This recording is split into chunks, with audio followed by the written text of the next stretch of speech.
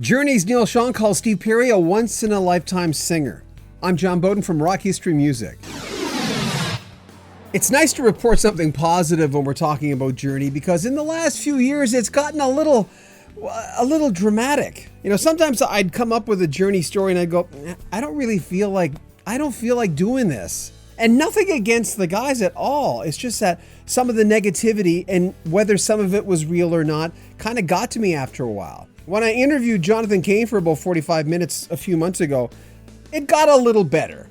I remember he was just kind of going, it's no big deal, everything's great. And it turns out with the tour that they're all getting along. Ed Masley of AZ Central just had a really good interview with Neal Schon where there was no real drama. It was surrounded by a lot of love and a lot of facts about things that have happened. For instance, Rock and Roll Hall of Fame, they started there. It was, as we could tell, an emotional moment when Neal was there. You know, you never know how much bad blood there is between an ex-member, and we've heard all the tales about why Steve left and arguments from both sides, blah, blah, blah. We're not going to get into that. But here he is on stage of the Rock and Roll Hall of Fame looking at Steve Perry, ready to do his speech, and he says Steve Perry comes over to him and gives him a big hug, and all of a sudden, boom, like game off. He kind of got emotional, and he felt the love, he says, and all of a sudden, there's his speech on the teleprompter right in front of him, just going right by, and he kind of forgot it, but it really didn't matter. That connection that he had with Steve Perry, at least on stage, meant an awful lot to him. So he went off script, he says.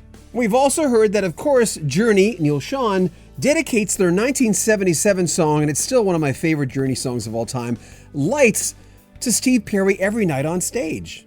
And Schon says he feels the same way that all the fans do as far as Steve Perry coming back. Of course, Traces by Steve Perry is coming out in a couple of months, his first album in 24 years. Schon says, I'm as happy as everybody else to hear his voice again. And I'm glad to see he's found his passion again that he once had for music because everyone has clearly missed him. I know I have. Steve and Aretha Franklin have always been my favorite singers. There's a lot of other great singers in their own right, but once in a lifetime, I think, that you find someone that's able to do things like Aretha and Steve. I'm so glad to see him back, and I'm hoping he stays with it as he sounds really excited about his career again. Of course, Steve Perry has been doing the media rounds. We're trying to get an interview with him, but he's got a packed dance card right now. He's talking to a lot of people, so we'll see if we can do it. And of course, like Neal Schon, Steve Perry is being asked about Journey constantly, and it's par for the course. You can't get mad at it. Everyone's going to ask the pink elephant question in the room. When I talked to Jonathan Cain, I did too. But Steve's been very clear. He says he kind of likes the path he's going on, and he's not really interested in going back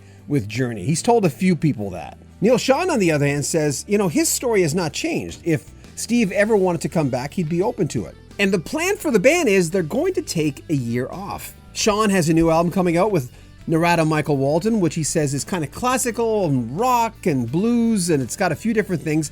When we find out more about this solo album, we'll let you know. And of course, Steve Perry Traces coming out October 5th. We've only heard this much of it, but I really like it, and I'm glad he's back. And I'm glad that this story, and we'll have links to it in the description of this video, this story, this interview that Ed Masley put together for AZ Central was just positive. When you cover rock and roll every single day, and we do this, and we've got some big projects coming up for our sister channel, Rock History Book 2, and it causes us to do a lot of research, and we have a few people on our team now, and it's easy for rock and roll news to become very negative. I mean, it is what it is. If it's negative, we got to let you know about it. We're not going to just fly over that stuff and not report it, but at the same time, we don't look for crap. It's easy to throw crap at people. It really is. Takes a little more research, I think, sometimes to glorify someone and see how much love they've given us throughout the years. Sometimes writing about this stuff is a little heavy. I mean, I can feel it. And this was something positive. What do you think? Make sure you comment on our videos, subscribe to our channel, and share our videos. This is Rock History Music.